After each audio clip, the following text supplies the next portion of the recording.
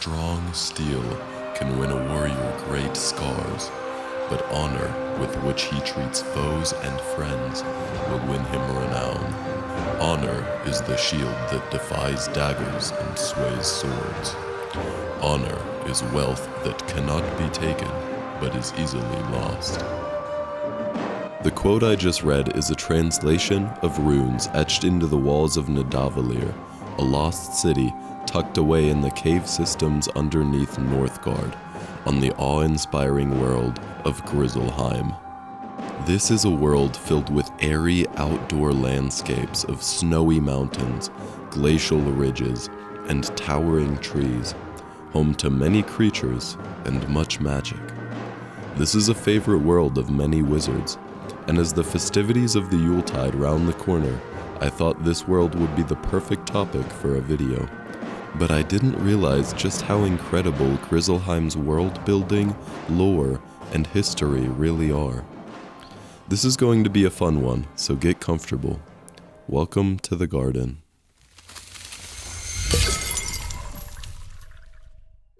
This is the rugged and ancient world of Grizzleheim, a land of untamed wilderness and a rich cultural tapestry woven by the many different creatures who inhabit the world. This realm is steeped in myth, and its peaks and fjords conceal secrets older than the spiral itself. Long ago, there was no spiral, but rather one unified world, with an all-powerful tree in the center of it. This tree was protected by another celestial being, Grandmother Raven. Grandmother Raven had 3 children, Titans of storm, fire, and ice. As the Titans grew older, they also became bitter, and an all-out war was waged between them. The tree and the raven were powerless, and the first world was shattered. It was then decided that the only solution was for the tree to sing a titanic lullaby, placing all 3 Titans into an eternal rest. The world that housed the resting Ice Titan would become Grizzleheim, but though he was put to rest, the potency of his magic was still seeping out into the world, turning much of it into snow and ice. And for this, the glacial field of Grizzleheim is the coldest place in the spiral.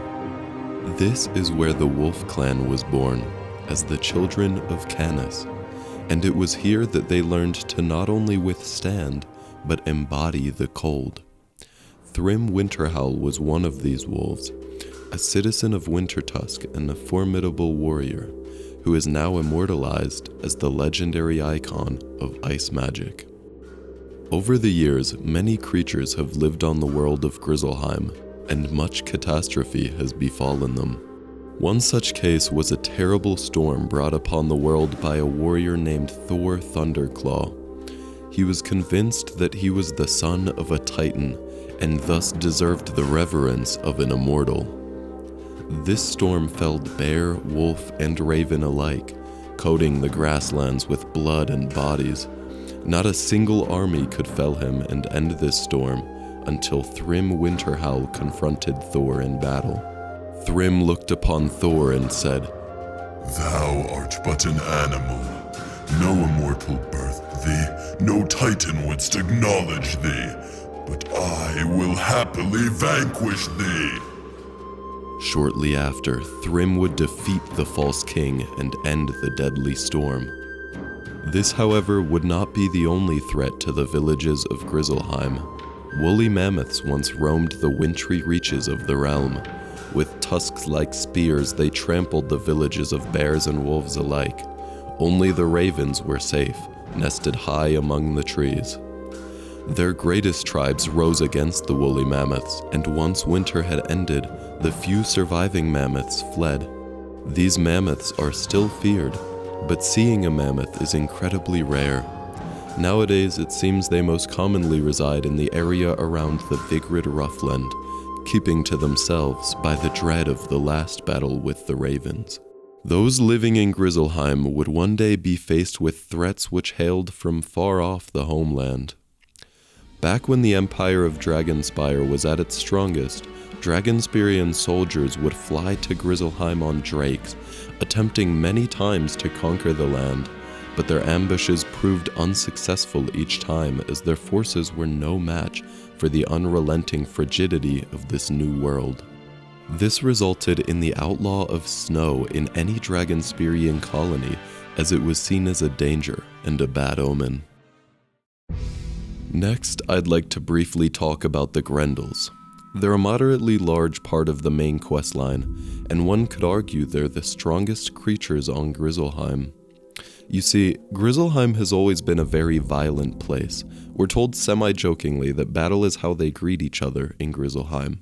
The mother of the Grendels wanted absolutely no harm to come to her children, and so she went to all the beings in the world and begged them to swear oaths to never harm the Grendels. Everyone agreed to this pact but the spiders, which meant that the Grendels were able to live freely and without consequence. Slowly, they became arrogant, untamed, and corrupt, as they were never forced to struggle. They're not completely barbarian though, and they seem to have some semblance of society and hierarchy. The eldest Grendels are the strongest, as they are the most affected by the oath, and their society also has shamans, possibly the most respected class of Grendel, who can use magic and perform powerful rituals. The Grendels have been at war basically as soon as the oath started being forgotten, as it seems like the land the bears claimed was also the land of the Grendels. Eventually, the Grendels decided to lay siege upon one of their forts, killing countless bears. Their first attempt was during the day, and the bears fought them honorably and valiantly. But when this proved insufficient, the Grendels crept over the walls in the night and attacked as the bears slept. The bears named the fort Dragarth, which means the home of the dead, in remembrance of the terrible massacre. This was not the only land the Grendels conquered, however. Long ago, the Grendels destroyed the beautiful undercity of Grizzleheim, known as Nidavellir, which held murals and tomes of Grizzleheim's history. The ancient Grendel Jotun and his brother have dwelled there since, and no bear has yet been able to reclaim it from them. One runic text we see carved into the walls translates to the following: There I do see the line of my people calling to me. They bid me to take my place among them in the halls of Valhalla. Here the brave shall rest forever in time. 4 statues of humanoid Viking warriors can be seen here in the main hall. This is interesting, but I believe that they are statues of the giants, the sons of Ymir, with the Ice Titan himself watching over them. Magic in Grizzleheim is much different than what we usually see in other parts of the spiral. Traditional magic is not as large in Grizzleheim as other worlds, despite the fact that the Ice Titan resides there. The bears channel the power of runes, using them for protection, wisdom, and most commonly to enhance their combat capabilities by engraving them into their weapons and other belongings. The wolves don't use much magic at all, at least not as much as they used to, though they are very aware of the magical properties of native herbs and other spell components. As for the ravens, it's said that the power of amulets is similar to that of runes, and the ravens seem to have swapped the usage of runes with that of amulets. The ravens also rely heavily on alchemy, herbs, and various other relics. Every raven in the tribe carries a mystic talon, a small charm that protects them from magic, though it doesn't seem to work very well. In all seriousness though, it's possible that the power of amulets is not only similar to runes, but actually mirrors it, meaning that these amulets would protect against the bear's runic magic, but not necessarily our wizard's cartomancy.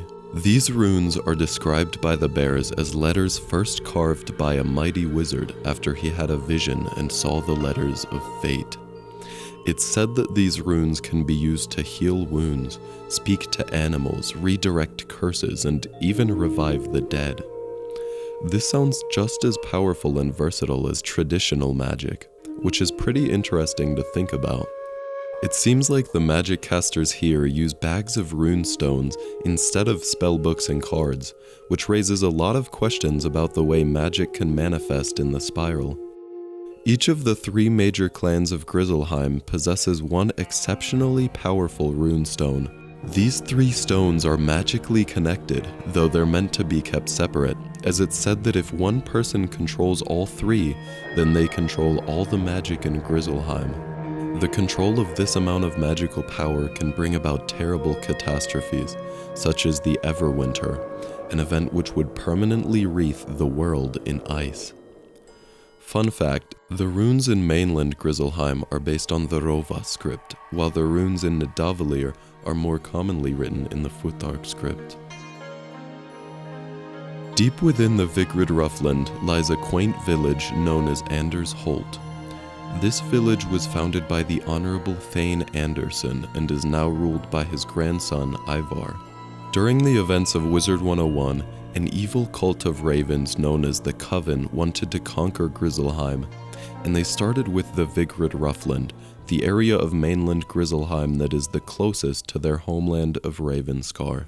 They were using a legion called the Red Claw to push into Anders Holt, which was the Vigrid Ruffland's main settlement. However, their efforts were proving unsustainable, and they needed a more cunning plot. After some exhaustive planning, they were eventually able to kidnap the Thane unnoticed, and Mord Runechanter, one of the 3 high priests of the Coven, took the Thane's place with a cloaking spell.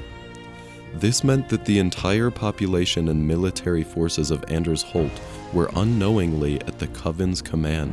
So with the king captured and a member of the Red Claw placed in his stead, the Ravens were able to breach the city walls without any complications and finally claim the Vigrid Ruffland for the Ravens. After the destruction of Anders Holt, the Red Claw forced all of the remaining villagers to construct a new fortress for them, known as Frostholm. This would be their center of operations going forward. With the bears of the Vigrid Ruffland under the Red Talon's control, the wolves noticed that the bears were now working for the ravens, which would break their long-honored pact of peace. A raven named Moonin Mistweaver came to the wolves with Ivar Anderson as a captive, and claimed that Ivar was leading the Red Claw against the wolves, offering Ivar to the wolves as a prisoner. This enraged the wolves, and they waged a full-on war with their neighboring bears, falling right into the trap laid by the ravens. Luckily, this didn't last very long, and the king of the wolves, Sir Varric Icefang, quickly learned of the ravens' trickery. The peace between wolves and bears was reinstated, but the Coven was still plotting to awaken the Ice Titan and take over Grizzleheim. Hrundle is a port town in Wintertusk, a separate nearby island that belongs to the King of Grizzleheim. Wintertusk is the resting place of the Ice Titan, which means that ice magic is incredibly potent here. We learn that the awakening of the Ice Titan and the destruction of Grizzleheim was woven into the destiny of the Spiral, and so the wizard began searching for the components to cast an incredibly powerful spell with the ability to change the fate of a world. Once unbound from the Seal of Fate, the wizard can continue on their mission to prevent the coming of the Everwinter. There are 4 sons of the Ice Titan, who are sworn to his service, each possessing relics known as the 4 Golden Seals. But when he sleeps, they report to no commands. The Coven gave these seals to each of the Ice Titan's sons for safekeeping, though they didn't realize that the giants wanted their father to stay resting, as it allowed them to rule over all of the creatures in Grizzleheim. One of these sons, named Sudri, once attempted to claim the village of Hrundle, raiding it with all of his forces. But after a fierce fight, Sudri's forces were defeated, and he agreed to peace. The warriors hung the swords and shields of the fallen on the Tree of Valor, creating a symbol of both courage and unity, meant to commemorate the battle and to honor the historic treaty. Grandmother Raven sits upon Grizzleheim's World Tree, watching over to make sure that the Ice Titan may never awake from his slumber. The caverns below this tree are called Nastrand, the Bones of the Earth. These caverns are cursed and house the ice drake Nidhogg, who gnaws on the roots of the tree above.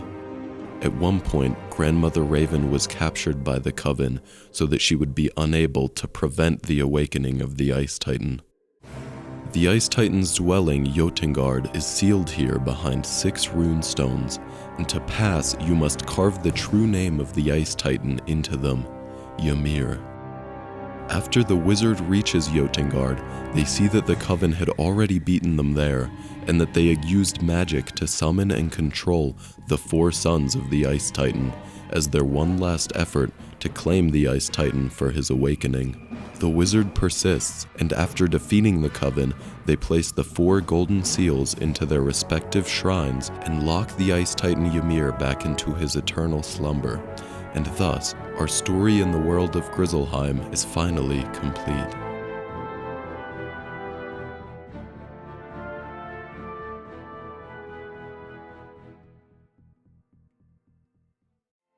That'll be all for this video.